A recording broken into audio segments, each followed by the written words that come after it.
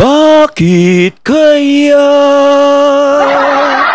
ang buhay ng tao? Ayan. Hey yo, what's up? Ako nga pala si BT at nandito ngayon tayo sa BT Reaction and welcome to my channel, Tunay na Kritiko, at ang ating paulit-ulit na pinatutugtog.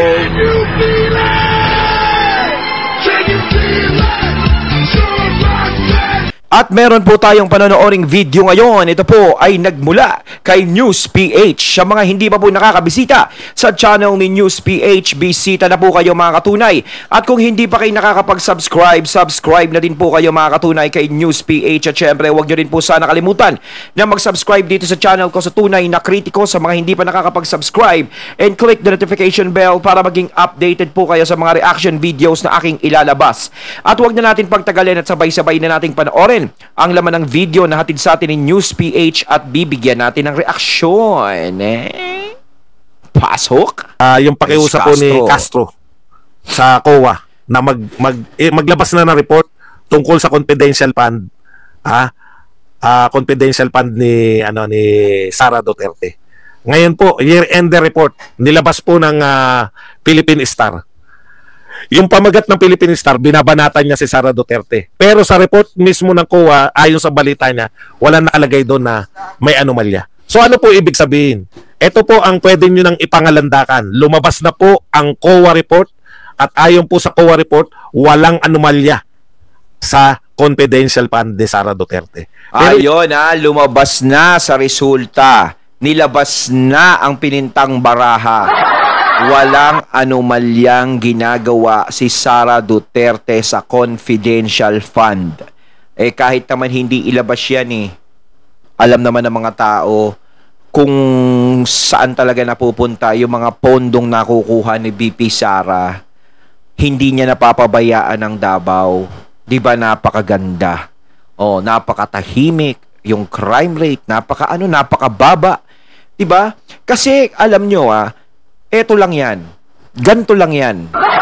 Kung corrupt si BP Sara,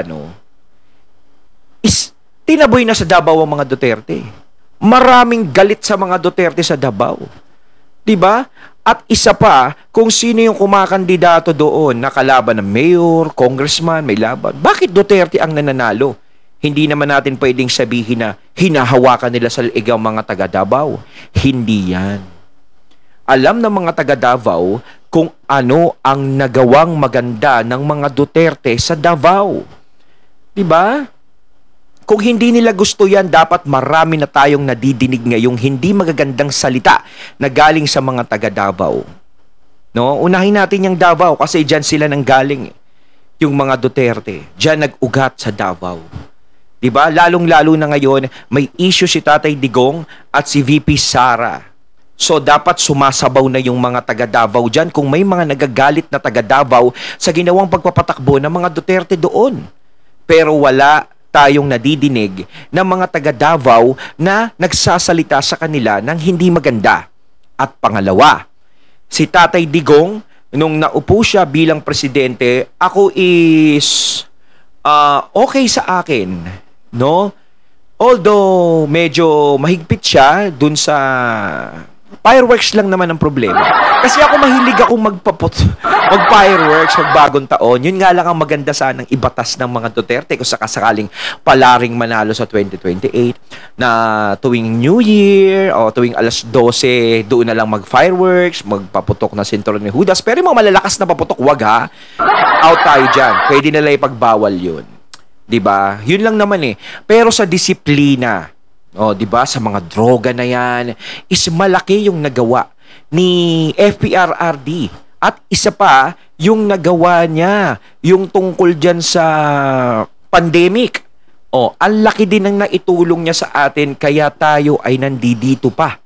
Diba? Lahat tayo ay hindi masyadong naapektuhan ng ganun katindi. Dahil hindi tayo napabayaan ng presidente sa kabila na may edad na si FPRRD. Diba? So, ikinukumpara nila na ganto si FPRRD, gantong magsalita, ganto, ganyan. Kasi corrupt sila. Kasi kung corrupt yan, Eh di dapat hindi na nila tayo inintindi nung panahon ng pandemic. Di ba? Bakit nila tayo iintindihin? Eh kung pera lang ang gusto nila. Pero hindi, inintindi tayo ni Duterte. So si VP Sara at ang mga Duterte sa Davao, inintindi nila yung mga taga Davao. Kaya naging maganda yung resulta ng Davao. Naging magandang lugar ang Davao. Kaya ang mga tao hindi basta-basta naniniwala sa ibinabato kay VP Sara. Hindi ko sila ipinagtatanggol ha. Hindi ko sila ipinagtatanggol. Yun ay base sa mga nakikita ko. Yun ay base sa mga naramdaman ko simula nang mamuno si Tatay Digong at pinag-aralan ko, nakita ko kung paano sila mamuno sa Davao. Ano gusto niyo sabihin? Maganda yung nakikita ko sa Davao, tapos sasabihin ko, ay nako, napakakurap ng mga Duterte doon. Diba? Pero nakikita mo ng mga maganda ang pagpapatakbo ng Davao. Mahal ng mga tao ang mga Duterte. Anong gusto mong sabihin ko? Napakawalang yan ang mga Duterte doon. Walang kakwenta-kwenta. Ganun ba? Di ba? Eh wala tayong masabing hindi maganda sa kanila eh. Kasi wala silang record na ganun. Wala silang pinakitang ganun. Lalong-lalo na sa mga Dabawenyos. Di ba? Maganda yung ginawa nilang pagpapatakbo hanggang sa maging presidente sa FPRRD. Siya yung presidente na umalis sa Malacanang na mahal ng mga tao.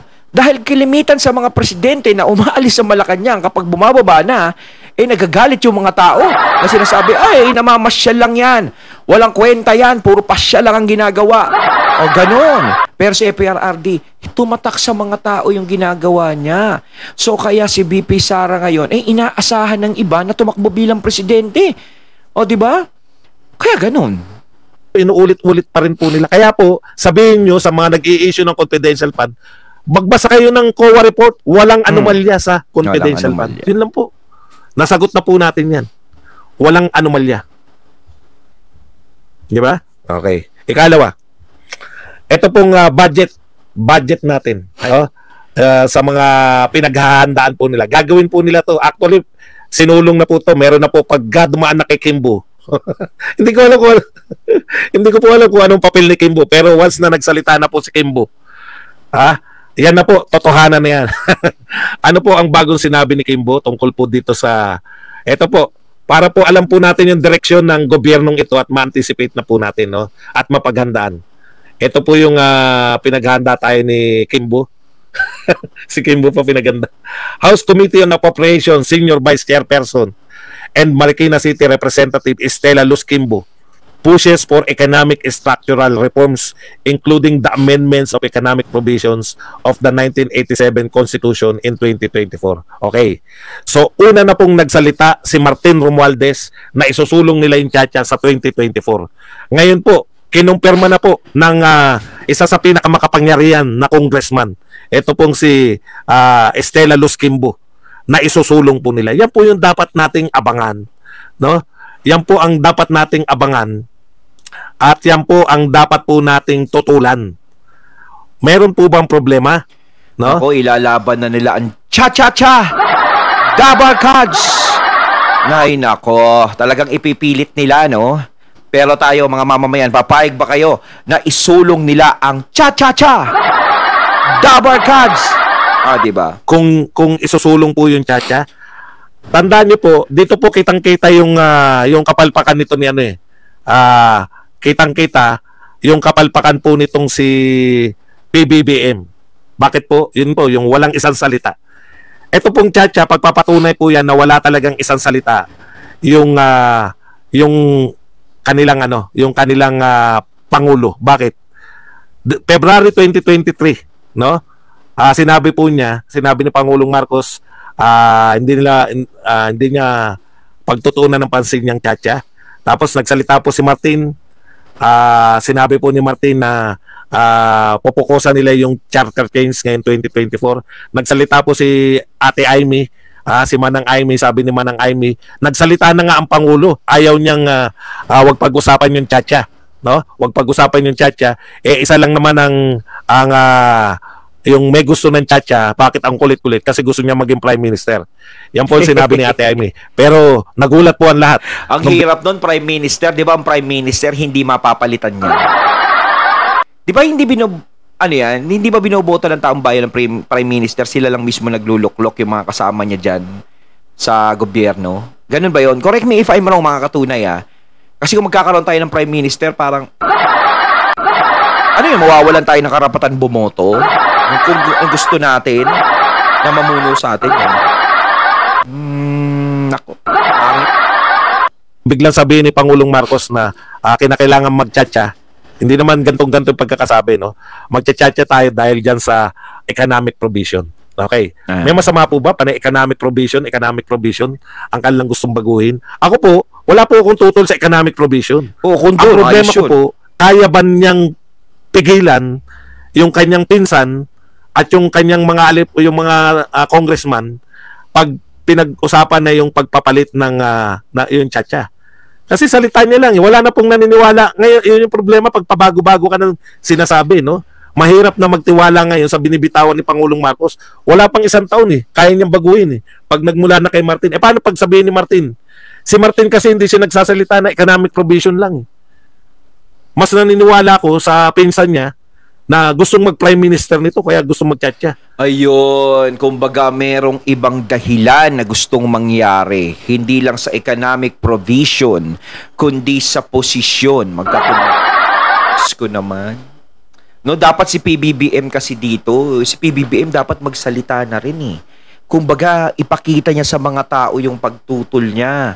No, dapat siya ang masunod, siya ang presidente. Hindi siya yung dapat na pasunurin. Ako wala akong galit kay PBBM. No, wala akong galit sa kanya. No, wala akong inis sa kanya, wala. Kumbaga, nire-reaksyonan ko kung ano yung nangyayari. Kumbaga, concern pa nga ako sa kanya Kasi syempre bilang presidente, dapat ikaw ang nasusunod. No? Hindi sila ang dapat masunod. Ikaw ang dapat na nagdidesisyon kung anong pagpapalakad ng bansa, kung anong mga dapat mong ipatupad. Nasa pamamahala mo.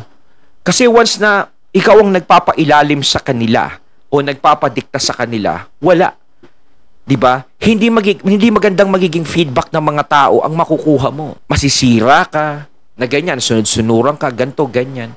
Mahirap kasing sabihan ng ganun na mga tao na syempre nasa posisyon ka, nasa mataas kang posisyon, tapos sasabihan kang ganun, tapos kaya kanila binoto is inaasahan kanila na katulad ka ng airpods mo, na talagang may paninindigan, na hindi nagpapadikta. Ganun yan.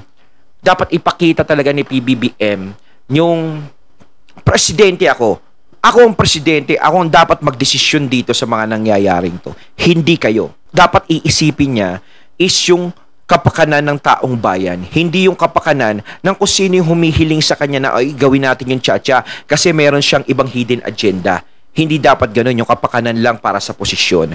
Kundi lagi niyang iisipin is yung kapakanan ng taong bayan kung paano uunlad ang Pilipinas, kung paano mapapamura ang bigas, kung paano mapapamura lahat ng mga bilihin, at malaman mo lahat ng mga problema ng mga tao. Yun yung magandang gawin ng presidente. Diba? Natatatak talaga sa mga tao kapag yan ay inasikaso mo. Ngayon kung gagawin yan tsa-tsa para umanlad ang ating ekonomiya maging maayos, maganda. Pero kung gagamitin sa pansariling kapakanan o kapangyarihan, dapat umaksyon siya. Bakit gusto mag-Prime Minister? Si Amy na rin ang sasagot at ang mga recent na naganap na mga anong tawag yan? Recent na naganap na survey.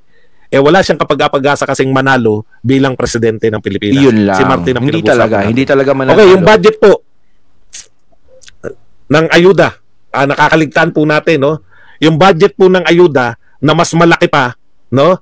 Kaysa sa budget ng may pandemya, ayuda nung may pandemya. Tandaan po natin, Bayanihan 140 billion lang po ang budget. Bayanihan 155 o 165.5 billion lang po. Yung kombinasyon ng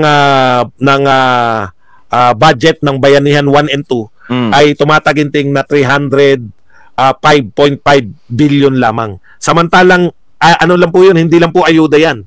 Pero namigay po ba ng ayuda si Pangulong Duterte? Namigay po. Namigay po, di ba? Marami po nakatanggap, 6,000 to 8,000. Dalawang beses. Bukod sa pamimigay na ayuda, kasama rin po dyan. Ako, nakatanggap ako noon, Naramdaman ko yung ayuda ni FPRRD. Kumbaga, ramdam mo siya. Yung sinabi niyang 8,000 is 8,000 talaga. Syempre, pandemic nun, no? Huwag na tayo magpaka-plastic. Syempre, hirap tayo niyan. Wala tayong trabaho niyan, ganto, ganyan. Hindi pa tayo nandito nung nakaraang pandemic. Syempre, baga, ngayon lang tayo. Syempre, kailangan natin yan. Wala tayong trabaho. Practical lang tayo. Tatanggapin natin. Pero talagang naramdaman ko yung ayuda ni FPRRD. Ngayon kung may pinapangako na naman silang ayuda, maramdaman kaya natin yun. At kung magkano yung sasabihin nila. Pero tingin ko hindi na nila kailangan mag-ayuda kasi wala namang pandemya.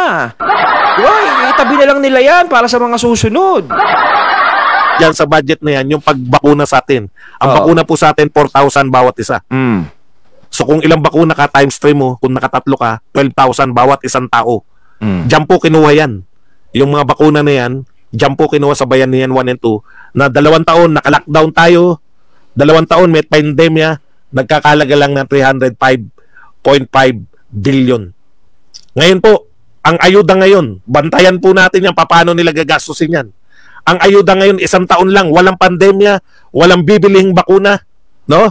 At ang announcement ay mas maliit pa yung tinanggap na ayuda kasi ngayon parang 5,000 lang. Ayuda 500 per people. Dati 2 beses 8,000, 16,000 yun.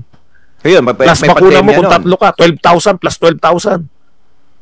16,000 plus 12,000, 28,000. Ngayon po 5,000 lang daw pamimigay. Paano lumubo yan? Saan dadalhin yung ibang sinabing ayuda raw? Yan po yung mga legit issues natin. No? Okay, punta po tayo rito sa mga pinagsasabi pa. Ito po, talagang madudurog ka ngayon, pinagre-resign nila si Sara Duterte at yun nga po, walang humpay. Isa lang po masasabi natin, no? Ito pong hindi na po ako mangingimi na magkumpara ngayon. Total, nakakalas na ako dyan sa uniteam na yan. Hindi po ako mangingiming ikumpara kayo kasi kinukumpara nyo Kinumpara po nila yung dami ng biyahe ni Pangulong Duterte at dami ng biyahe ni Pangulong Marcos noong first 18 months. Kaya po may issue sa dami ng biyahe ni Pangulong Marcos ngayon dahil ang mga naiuwi ni Pangulong Marcos panay pledges. At yan lang po yung pinagmalaki, yung pledges. Same year, same po na panahon, napakarami na po proyekto ni Pangulong Duterte. Nagbibilang na po tayo ng mga barangay, nagbibilang na po tayo ng milyon-milyon na natukhang. Opo, ang ibig po sabihin ng tukhang, hindi po patayan. Ang ibig po sabihin ng tukhang, di ba, katok at yung milyon po, mga 3 million na drug addicts po ang dumaan po sa sumuko sila at pinangaralan sila sa mga barangay. Milyon po yun. Yung tukhang na yan, talagang malaking naging apekto yan sa mga nagda-drugs talaga. Talagang iniwasan talaga nila yan. Pero syempre, may mga minalas talaga. Syempre, mga kasabwat sa mga ganto na, mamaya tumistigo sila, ganto. Minsan, itinutumba sila, ganyan. Yun ang talagang minalas na kapalaran. Pero yung iba talaga na gumagamit is talagang umiwas nung panahon ni FPRRD. Takot na sila gumamit nun. Iniiwasan nila yung bisyo na yan. Ang laki ng nangyari na disiplina sa kanila nun. Yung mga namatay po, kung ilan lang po yan, wala pa po yung 5,000. No? Kaya po ikukumpara nyo kung sinasabi na lahat na lang, patay-patay, kung paano mag-present si Maria Ressa sa war on drugs. Akala mo, mayat-maya, may barilan sa Maynila, may barilan kung saan-saan. Hindi po ganun yun. Yung tukhang po, 3 milyon mahigit ang sumukong drug addict. At sila po ay nangako na magbabago. Natakot din sila dahil pag hindi sila nangako magbabago, alam na mangyayari. Yun po yun yung epekto po. Nagbibilang na po tayo ng proyekto. Gusto nyo ikumpara, kinukumpara lang nila yung biyahe. Wala namang question sa biyahe. Ang kinu-question namin, ano na dululot niyang biyahe na yan? Kasi kay Pangulong Duterte, mga aktual na programa dinulot niyan. Aktual. Build na tayo. Unang taon pa lang. Naglilinis na si Pangulong Duterte ng Manila Bay. Meron kagad impact. Hindi po ako nagkukumpara niya. Kayo nagsimula niyan Alam niyo kung bakit nila ginagawa yan? Walang mapagmalaking programa. Lahat ng problema ngayon ng Pilipinas, ibinibintang nila kay Duterte. Ibibintang nyo lang pala kay Duterte lahat ng problema. Bakit pa kayo namuno? Wala naman pala kayong gagawin. Si Duterte, may problema, nilulutas. Kayo, may problema, ibintang kay Duterte. So, mga vlogger nyo, di ba? Wala kayong katapusan na pati yung West Philippine Sea. Ibibintang nyo kay Duterte yung problema natin ngayon. Iba na kasi Sa West Philippine namumuno Sea, ngayon ibibintang nyo kay Dapat siya na yung namumuno na ngayon ang magresolba ng problema niya sa West Philippines. Pangulong Duterte. Kung hindi walang kakayahan yung amo nyo na lutasin lahat ng problema, sabihin nyo sa amo nyo, magbitiw na at ibigay sa Duterte kay Sara. Ang mga Duterte, ang tatak ng Duterte, may problema, kayang lutasin. Kayo, mas masahol pa kayo sa mga dilawan. Ha? Hindi nyo kayang lutasin yung problema, resign Sara ang panawagan. Anak ng pupang mga vlogger yan. Pag re-resign nyo si Sara Duterte, anong kinalaman ni Sara Duterte? Pag nag-resign ba si Sara Duterte, wala na problema ang Pilipinas? O tinitiyak ko sa inyo. Kapag nag-resign si BP Sara, wala na silang kalaban sa susunod sa 2028. Pag nag-resign yung amo nyo, titino na ang Pilipinas. Hindi ko sinabing walang problema. Ayun, at ating natunghayan ng video na nagbula kay News PH at syempre natunghayan din natin ang boses na yon na kay Sir Badong Aratales. Ayan, credits po. Kayo mga katunay, anong masasabi nyo tungkol dito sa video ang ating napanood at binigyan natin ng reaksyon? Comment lang po kayo sa comment box. So once again, I'm BT and I'm out. Peace.